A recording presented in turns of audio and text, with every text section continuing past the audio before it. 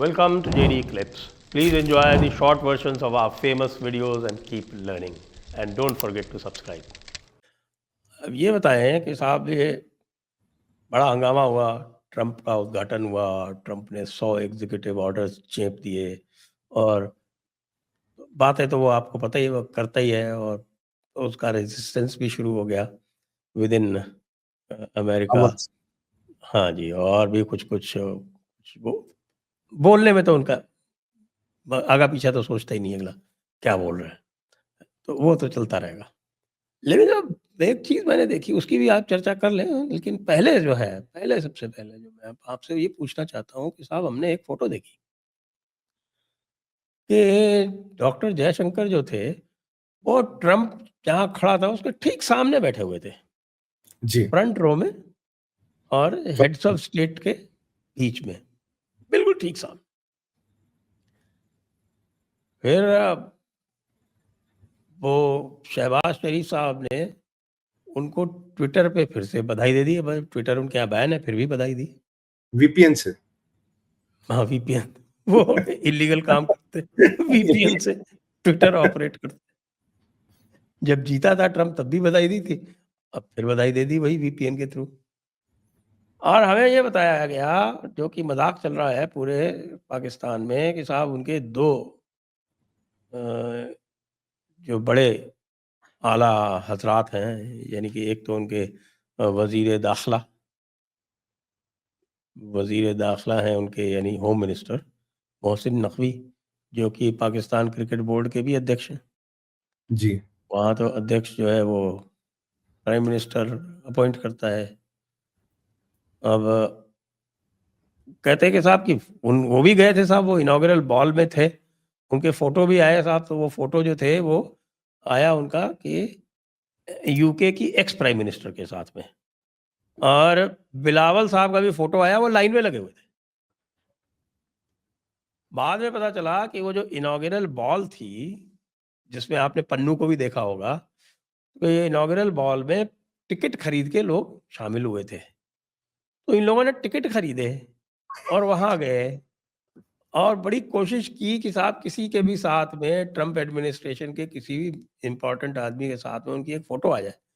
लेकिन फिर बाद में लोगों ने फ़ोटो वायरल कर दी इस तरह की, जिसमें ये पता चला कि साहब ये लोग तो लाइन में लग के गए थे, वो पन्नू वाले रो में ही बैठे हुए थे, शायद पन्नू के साथ ही बैठे हुए थे। सर, सबसे पहले तो भगवान श्री गणेश का नाम लेके शुभारंभ करते हैं। आपने बड़ा अच्छा विषय छेड़ा है। देखिए, अगर दुनिया में कहीं बात हो रही हो, देखिए इवेंट छोटा हो बड़ा हो, कोई भी इवेंट हो सर, दो तरह के प्राणी आपको हर जगह मिलेंगे। पहले तो भिखारी, क्योंकि जब भी कोई बड़े इवेंट होते तो भिखारी आ जाते हैं, उनकी दाल रोटी मिल जाती, और कुछ किन्नर समाज के लोग भी अधिकतर इन इवेंटों में आ जाते हैं, क्योंकि उनका भी विचारों की आजीविका यहीं चलती है। यहाँ जिन महान विभूतियों का आपने नाम लिया, ये दोनों कैटेगरियों में फिट होते हैं, पहला और दूसरा। तो ये दोनों कैटेगरी के, ये जो दो इंपॉर्टेंट कैटेगरी, इनको दोनों को मीट करते हैं। अब मैं नाम नहीं लूंगा, आप तो समझ ही गए होंगे कौन कहाँ फिट होगा। तो ये जो पाकिस्तानी थे, देखिए ये दुनिया में जब भी कोई बड़ा इवेंट होता, कुछ होता है, या तो ये भीख मांगने पहुंच जाते हैं, या अपना जो भी करने पहुंच जाते हैं, किन्नर समाज के लोग वो ये करने पहुंच जाते हैं। तो अब ये जो बिल्लो है, ये वहां लाइन में लग के टिकट ले रहा था, यार हम भी कहीं बैठे, हमें भी कहीं बुलाए। यहां परिस्थिति ये है संजय सर, हमारे डॉक्टर साहब जो सबसे पहली रो थी राइट में, कॉर्नर सीट उनको दी गई थी, उसके लिए बिल्कुल ट्रंप के बिल्कुल सामने, मतलब जो भी स्टेज पे था सबसे पहले नजर आ थी डॉक्टर साहब पे थी, जिसपे काफी चर्चा हुई। It is elevation of diplomatic protocol. ये बेस्ट सीट थी, या सबसे ऊंची seat, most place best seat, वो हमारे विदेश मंत्री को इन्होंने दी। अगर मैं आपको यहाँ पाकिस्तान तो छोड़िए, पाकिस्तान को जो बाप चीन है, इन्होंने शी जिनपिंग के बाद जो हाईएस्ट रैंकिंग ऑफिसर, उसके साथ पूरी डेलीगेशन भेजी, और चीनियों के फोटो भी नहीं है, सामने की सीटों में दिखे ही नहीं।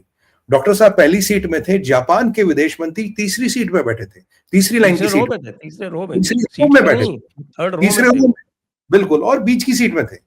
अगर मतलब, और जहां चीनी डेलीगेशन को, शी जिनपिंग के डिप्टी को नहीं पूछा जा रहा, उनकी मतलब की फोटो नहीं चमक रही, वहां उनकी रखेल पाकिस्तान और उसके दो नमूने, वो तो टिकट खरीद के जाएंगे ना। देखिए ये मिलने गए थे पन्नू से।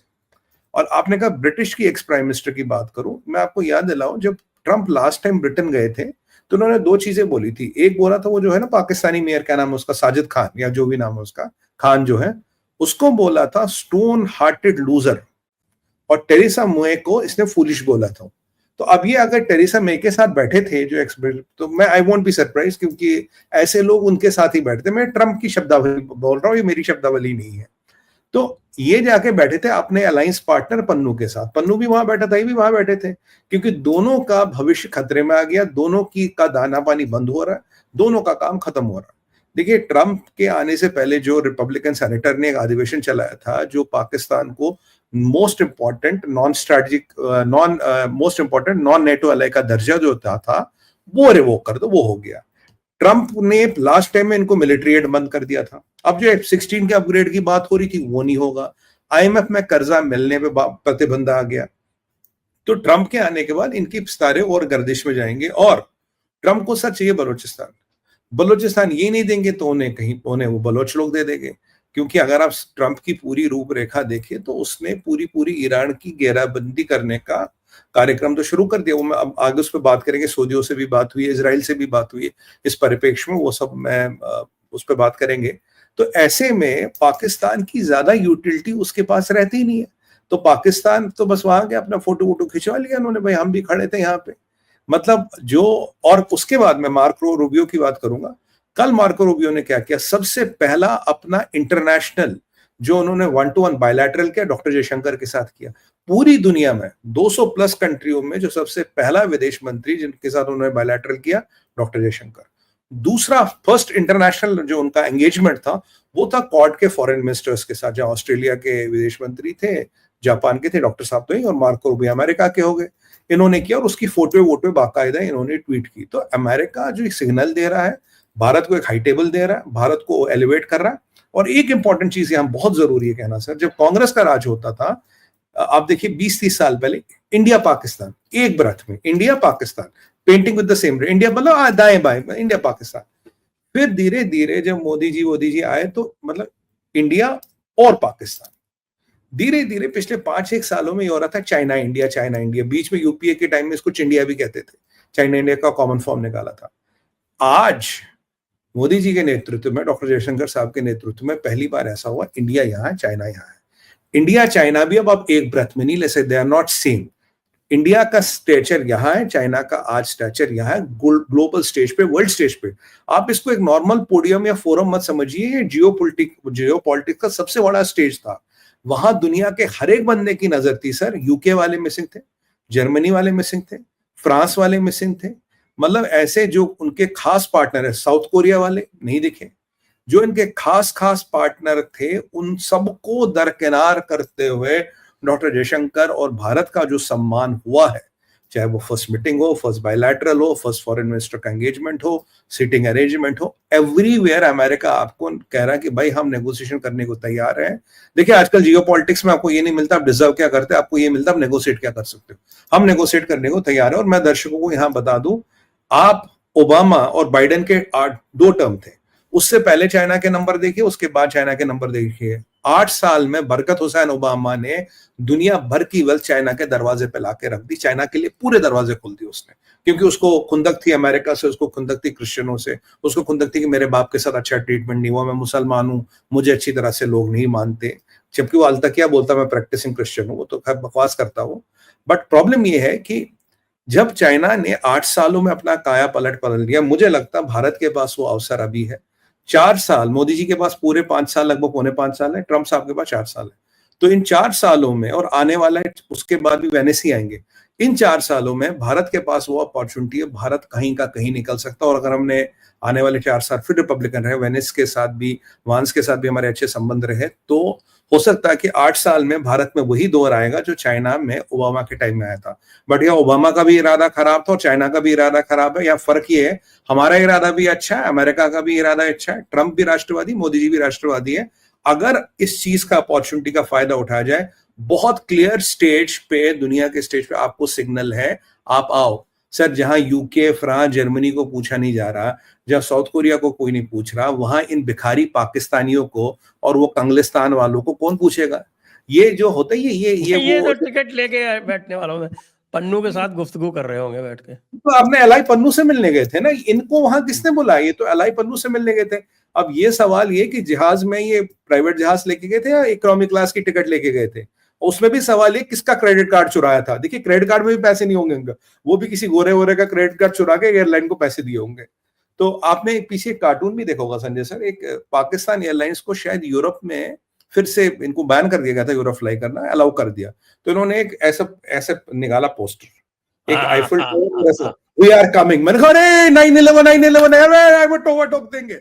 मतलब यार 9/11 वाला पोस्टर क्यों बना रहे हो? तो इनको इनको देखिए, बाकी भिखारी जाएंगे, कुछ खाने पीने की बात करेंगे, बट पाकिस्तान का सितारा खराब है। और आप देखिए ट्रंप ने अब तक, या ट्रंप के किसी भी मंत्री संतरी ने पाकिस्तान का नाम तक नहीं लिया, एक चवन्नी का मेंशन नहीं है। भारत की इतनी इज्जत, भारत का इतना रुतबा, चाइना को मतलब कोई पूछ नहीं रहा, चाइना को नहीं पूछ रहा, उसकी रखेल पाकिस्तान को कौन पूछेगा? मतलब ये स्नब चाइना और पाकिस्तान दोनों के लिए है। और इनको बोला भाई देखो, हम भारत के साथ अब आने जाने वाले हैं, भारत को ईरान पे कॉम्प्रोमाइज जरूर करना पड़ेगा। ये मैं आपको बता दूं, ईरान में they will put very tough conditions. आप वैसे भी 2 बिलियन का व्यापार है ईरान के साथ, कोई बहुत बड़ा व्यापार नहीं है, हम वो कॉम्प्रोमाइज छोटा मोटा बिल्कुल चिल्लर, कुछ नहीं है सर। 2 बिलियन है ले दे के, क्या उसके लिए परेशान होना? और ये कॉम्प्रोमाइज हमें करना होगा, क्योंकि मेरे को लगता है ये अपॉर्चुनिटी बहुत बड़ी है। अगर हमने इसको एनकैश कर लिया 4 सालों में, हम वो कर पाएंगे जो पिछले 8 सालों में हमने नहीं किया। तो दिस इज अवर टाइम, क्योंकि ये बिल्कुल क्लियर चीजें अब दिख रही है। They have set the ball rolling. अब हमारे हाथ में, हम इसको कितना पकड़ते हैं। एक तो ये बड़ा इंपॉर्टेंट एस्पेक्ट है जिसको हम बात करेंगे। 2 चीजें और हुई है ट्रंप के जो बड़े बड़े फैसले थे, उस पर भी हम बात करेंगे। 2 डेवलपमेंट्स इंपॉर्टेंट हुई है। पहले ट्रंप ने फोन किया एमबीएस को, अपने सऊदी अरबिया वाले को, पहला कॉल किसी इंटरनेशनल को किया एमबीएस को। और कॉल में क्या हुआ, इसकी रूपरेखा बता देता हूं सर आपको। कॉल में ये हुआ, भाई आने वाले 4 साल में तू $600 बिलियन लगाएगा अमेरिका में, हमसे हथियार खरीदेगा, हमारी इकोनॉमी में $600 बिलियन डालेगा। In return of that we will give you protection. अब यहां बात होती है protection from a mutual enemy. अब यहां म्यूचुअल एनिमी की बात हुई है। म्यूचुअल एनिमी अगर आप देखेंगे अमेरिका का, और अगर आप देखेंगे यूएस का, इस रीजन में एक ही है, वो है ईरान। तो सीधी सीधी बात हुई, 600 बिलियन दो, हमारे यहाँ 600 बिलियन डालो। हाँ, खित्ते में हाँ, तो हम तुम्हें प्रोटेक्शन देंगे। तो मतलब सीधा सीधा ट्रम्प कह रहा भाई 600 बिलियन डाल, हमें डॉलर दो, हम तुम्हें प्रोटेक्शन देंगे। सीधी सी बात है, बिल्कुल क्लियर। और ट्रम्प ने कहा कि भाई ये 600 बिलियन की जो डील होगी, this will be part of a mega defence deal. इसी पे डिफेंस डील होगी अगर ये 600 बिलियन तू बोल रहा है। उसने कहा, अब एमपीएस कह रहा है minimum 600 billion, I can do it more. मतलब 600 बिलियन तो लगाऊंगा ही लगाऊंगा, I can do it more. तो पहले तो इनको ये बात की। फिर दूसरी कल खबर आई शाम को कि भाई इजराइल में थोड़ा हड़कंप मच गया। इजराइल कह रहा, क्या ट्रंप ने एग्रीमेंट तो नहीं कर दिया सऊदी के साथ कि एक पैलेस्टीन स्टेट बनेगा? और ये फिर बेंजामिन नेतन्याहू का क्लैरिफिकेशन आया, कह रहा नहीं, ऐसा कोई एग्रीमेंट नहीं हुआ, ऐसी हमने कोई गारंटी नहीं ली है और ऐसा कुछ भी नहीं है। तो इजराइल में ये पैलेस्टीन स्टेट बनने की ऐसी कोई संभावना नहीं है। This is between America and this. तो देखिए ट्रंप बड़े ट्रांजिशनल है। और मैं आपको बता रहा हूँ संजय सर, टाइम आ गया है अब हमें क्वाड का भी मिलिट्री चार्टर लिखना पड़ेगा। क्वाड में भी मिलिट्री चार्टर नहीं है, and Trump doesn't want to waste time की दाएं की बात करके बाएं की बात करके। Trump military charter of Quad का डिफाइन करना पड़ेगा, हर एक को अपना रोल करना पड़ेगा। और अभी खबर आई है कि ज़ेलेंस्की जो वर्ल्ड इकोनॉमिक फोरम में गया था, इतना बौखलाया हुआ है, वो कहता भाई यूरोप तुम अपनी डिफेंस की तैयारी करो, और अगर तुम्हें अपने जीडीपी का 5% 5% तक लगाना पड़े डिफेंस के लिए लगाओ, तुम अमेरिका पे आश्रित नहीं रह सकते डिफेंस को लेके। और जब देखो हमारा क्या हाल किया इसने। हाँ, देखो हमारा क्या हाल किया, हमारी वाट लगा दी। और जब ज़ेलेंस्की से पूछा गया, कहता भाई, जब ट्रम्प से पूछा गया कि आप इस पे जो वेपन्स जा रहे हैं क्या उस पे एम्बार्गो लगाओगे, तो उन्होंने कहा हाँ ये संभावना है। ही हैज नॉट सेड कि नहीं, उन्होंने कहा हाँ ये संभावना, हम प्रतिबंध लगा सकते हैं इस पे। और उन्होंने कहा भाई ये लड़ाई वड़ाई रोको, ये लड़ाई तो शुरू होनी नहीं चाहिए थी। अब यूरोप में अभी गेमिंग के सिनेरियो बन रहे हैं सर। गेमिंग का सिनेरियो मतलब अगर ट्रंप ने ये टैरिफ लगा दिया तो क्या होगा, अगर ये टैरिफ लगा दिया तो क्या होगा, अगर ये एक चीज कर दी तो क्या होगा। क्योंकि ट्रंप ने कल एक चीज अच्छी बोली, कह रहा भाई चाइना के साथ हमारा 600 बिलियन से ज्यादा का ट्रेड डेफिसिट है, ठीक है, तो चाइना एक एब्यूजर है, पर तुम कौन से अच्छे हो, ये यूरोपियन यूनियन को बोला। कहते क्या हुआ, कहता $350 बिलियन का ट्रेड डेफिसिट आपके साथ है।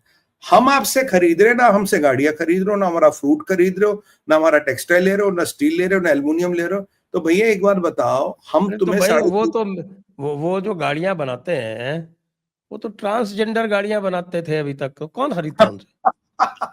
अच्छा, उसका स्टीयरिंग बीच में होता है ना, राइट ना लेफ्ट बीच में। तो वो ट्रम्प ने बोल दिया भाई देखो तुम ये कर लो। आज इन सबकी मीटिंग हुई है सर, सबकी मीटिंग हुई है। बोला भाई अब देखो ये $350 बिलियन का चपत है। कह रहा तेल हमसे खरीदो, ऑयल एंड गैस खरीदना हमसे खरीदो, और हमें ये $350 बिलियन का जो डेफिसिट है इसको कम करना। ये मतलब अभी ये एमबीएस वाली कॉल, ये इजराइल वाली और यूरोपियन यूनियन वाली, जेलेंस्की वाली, ये कुछ जो लेटेस्ट चीजें अभी तक आई हैं इसके बारे में ये चीजें बोल रहे हैं। और हाँ, अगर हम बात करें संजय सर कि ट्रंप के आने के बाद मेजर चेंजेस, जो हमारे दर्शक जानना चाहेंगे, मेजर चेंजेस ट्रंप ने क्या क्या किए। देखिए पहला चेंज जो था, 8-10 चेंजेस है जिनको मैं गिना सकता हूँ, 10 चेंजेस मेजर है। वैसे 100 से ज्यादा एग्जीक्यूटिव ऑर्डर इसने साइन किए हैं।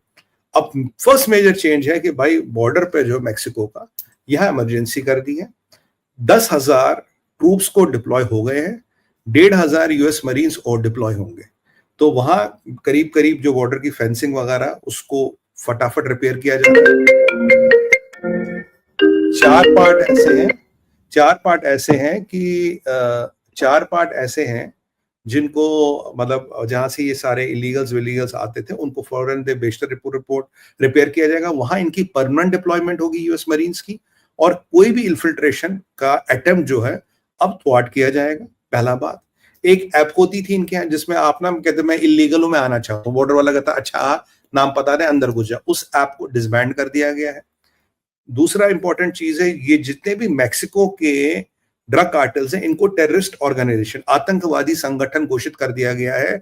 और यूएस मरीन्स को और यूएस बॉर्डर गार्ड को और यूएस आर्मी को has full rights to take down, क्योंकि जैसे आप इनको आतंकवादी घोषित करोगे तो अगर आप इनको मार भी दोगे या इनको डिसमेंटल करोगे, आप पे कोई केस वेस नहीं बनेगा। इनको आतंकवादी संगठन घोषित कर दिया गया है। दूसरी चीज, तीसरी चीज, टेरिफ टेरिफ टेरिफ। अगर तुम मेरे साथ बैलेंस ऑफ ट्रेड नहीं बनाओगे भाई मैं तुम पे टेरिफ लगाऊंगा। ये तीसरा चीज